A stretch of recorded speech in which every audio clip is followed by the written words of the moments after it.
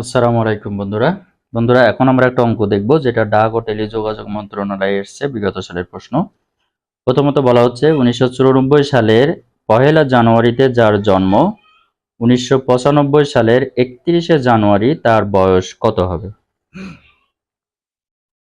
অর্থাৎ অঙ্কটা করার জন্য প্রথমে আমরা খেয়াল করতে হবে যে এই বছরটা আমাদের একেবারে লেটেস্ট বছর, সেটা আমাদের প্রথমে লিখতে হবে। তারপরে আমাদের আগের বছরটা অর্থাৎ দিন মাস বছর হিসাব করে নিলাম।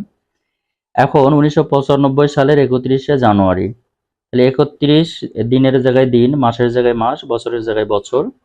দ্বিতীয়ত যেই সালে যার জন্ম ওই সালটা আবার লিখলাম, দিনের জায়গায় দিন, মাসের জায়গায় মাস, বছরের জায়গায় বছর। এখন আমরা একটু বিয়োগ করব। প্রথমে আমরা বিয়োগ করলে পাই 31 থেকে 1 বিয়োগ করলে পাই 30 শূন্য। আর এখানে বিয়োগ করলে আমরা যেটা পাবো সেটা হচ্ছে 1, অর্থাৎ 1 বছর 0 মাস আর এত দিন।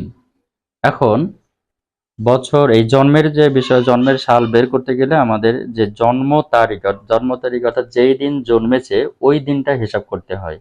অর্থাৎ এই 30 দিন, 30 দিনের সাথে 1 যোগ করতে হয়, তাহলে সেটা 31 দিন।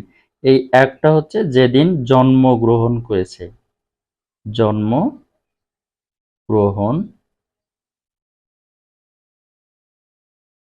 করেছে যেটা।